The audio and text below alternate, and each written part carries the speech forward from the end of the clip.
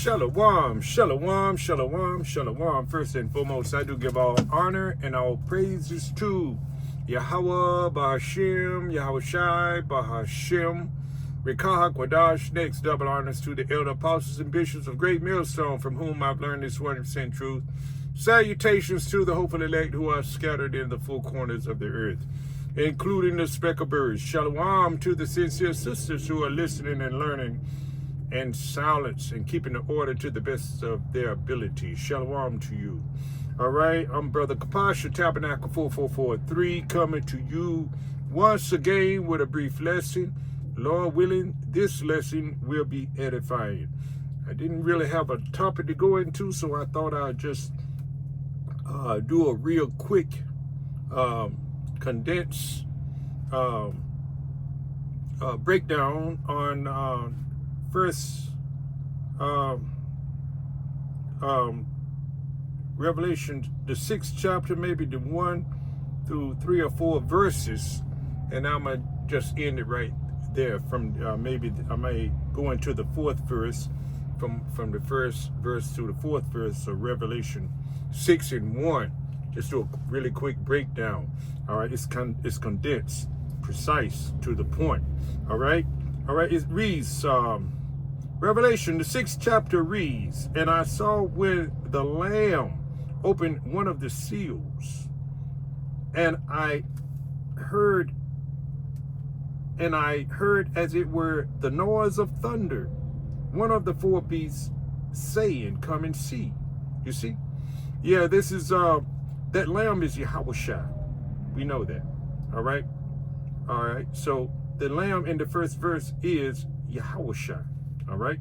So, and the seals, and the Lamb opened the seals, which are the mysteries, the prophecies, the understanding of this Bible. You see, this Bible was completely sealed.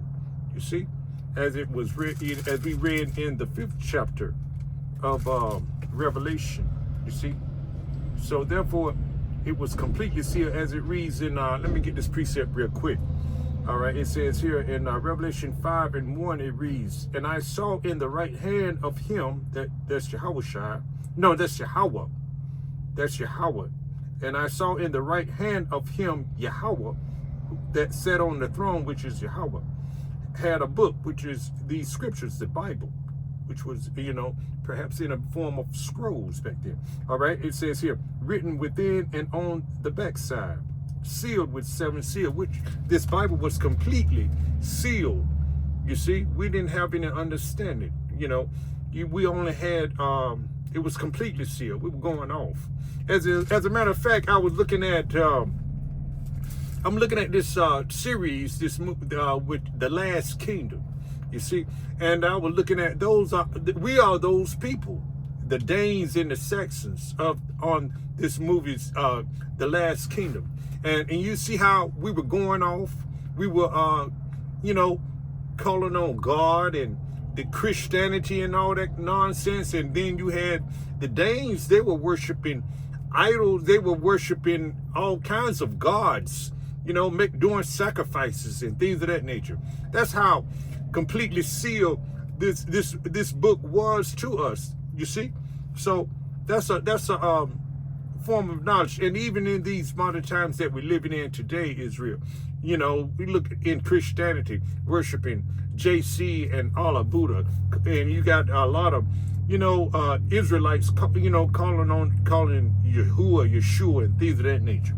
That means that this book is the book, and the understanding is sealed to those. You see, and it says here, going back to Revelation, the 6th chapter, the 1st verse, which reads, and I saw the Lamb open one of the seals. That's Yahweh Shai. He's that Lamb. And open one of the seals of the book. You see, giving us understanding. And I heard as it were the noise of thunder, and one of the four beasts saying, come and see. You see, and verse 2 reads, and I saw, and behold, a white horse. But we know this horse, it represents power, authority. It represents power, authority. It represents the chariots. You see, as it says, it says, and I saw and behold a white horse, which we could say chariot. You see, and the white represents purity. You see, and the horse represents power. That's where we get that term horsepower. You see, also too. And it says it, reading on, it says, and he that sat on him had a bow, which is a weapon. You see, and we know, you know, and this is speaking of Yahushua, his return. You see, when he cracks those clouds again in World War III, he's going to take down all these ruling nations. You see, and particularly Esau, Edom. It says here, you know, America, aka Babylon the Great. He's going to do a lot of unalive, and as it says in Isaiah 34, and also too is in other chapters too, Isaiah 63. You see, it says here, and I saw and behold a white horse, and he that sat on him had a bow.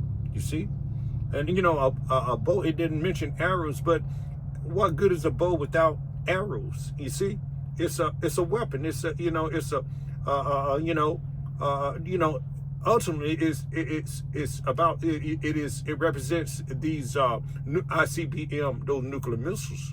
That's a arrow. You see. And also, too, it represents the concentrated fire that's going to be shot from Yahushua's chariot and his holy angels, you see. As it says also, too, in 2nd Ezra, where is that? The 13th chapter, how he coming back, and he's going to be unaliving and just, you know, doing much destruction. All right. It says here, and I saw and behold a white horse, and he that sat on him had a bow, and a crown was given unto him, and he went forth conquering and to conquer. He's going to put down all the heathen nations, and particularly this rulership, Esau, Edom. You see? All right, it says here, reading on, it goes, 3 reads, and when he had opened the second seal, you see, and I heard the second beast say, come and see. And there went out another horse that was red. And you know, this red represents Esau, Edom. You know, he came out red like a hairy garment, you see, as it says in Genesis. All right, it says here, and there went out another horse, which was red, and power was given to him that sat thereon to take peace from the earth, you see. And he has done that. He has taken, you have World War I, World War III, you know, you had the transatlantic slave. He did all kinds of, and he's still doing it now. You know, he covets land, you see.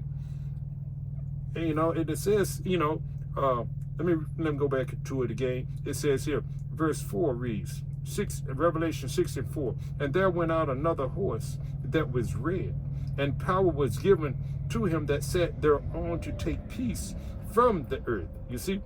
And that they should kill one another, and there was given him a great sword. And who was given that great sword? Let's go. I'm gonna get a precept on this one, because this is one that deserve it, you know. Let's go with it. Genesis. Let's go to Genesis real quick. Let's get that precept, because we know that it was Esau, Edom.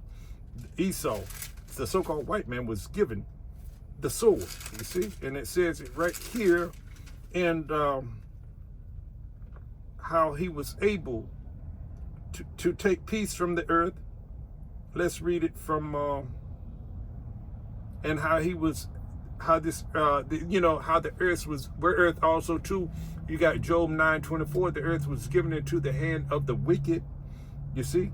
It says here, he covered the faces of the judges. And how was he able to do that? By way of the sword, you know, by way of his blessing, which is his blessing. And it reads here, let's go over here. Let's go here to Genesis, the, I believe this is 27th chapter, the 39th verse, which reads, and Isaac his father answered and said unto him, behold, thy dwelling shall be the fatness of the earth, which he and the dew of heaven from above.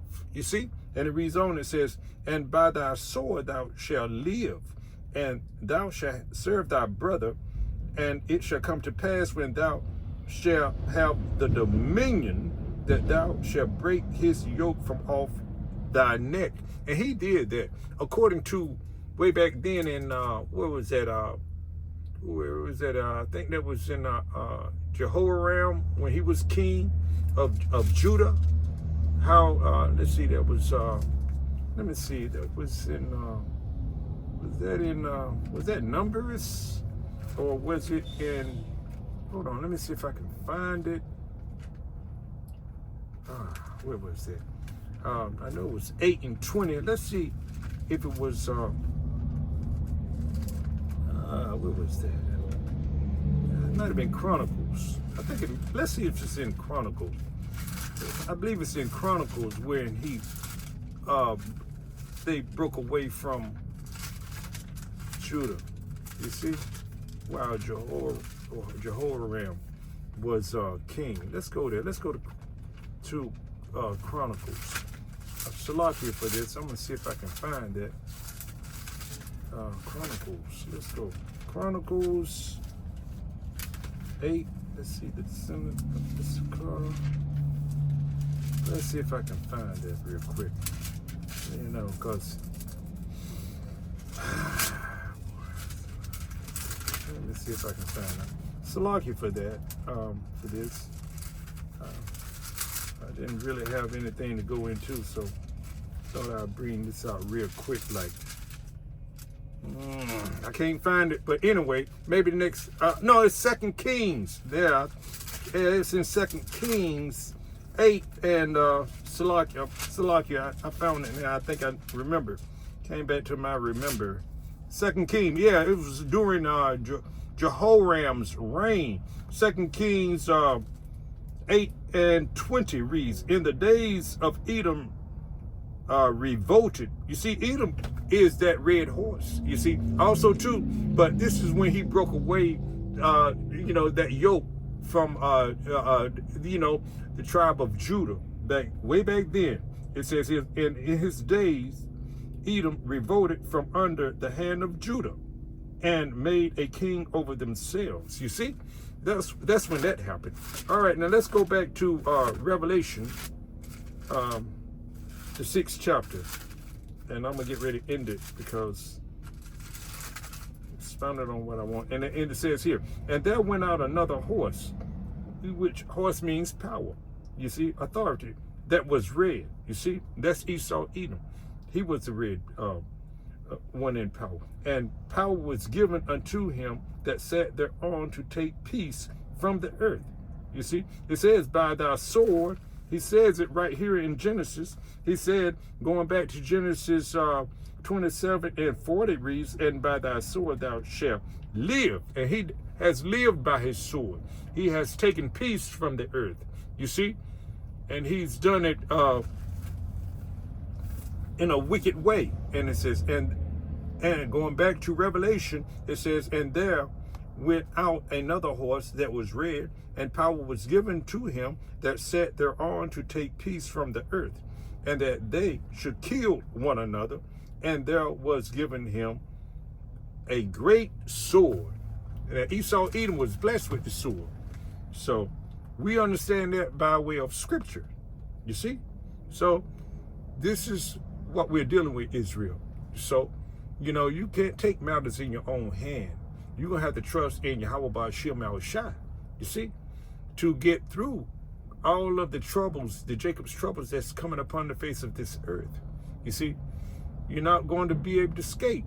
You see, only ones that's going to escape and going to be good is the elect of Israel. So this is the time to repent, turn back to the true power of Yahweh Ba'ashir Mahushai. Lord willing, this lesson was edifying. All right. Until the next one, Shalom.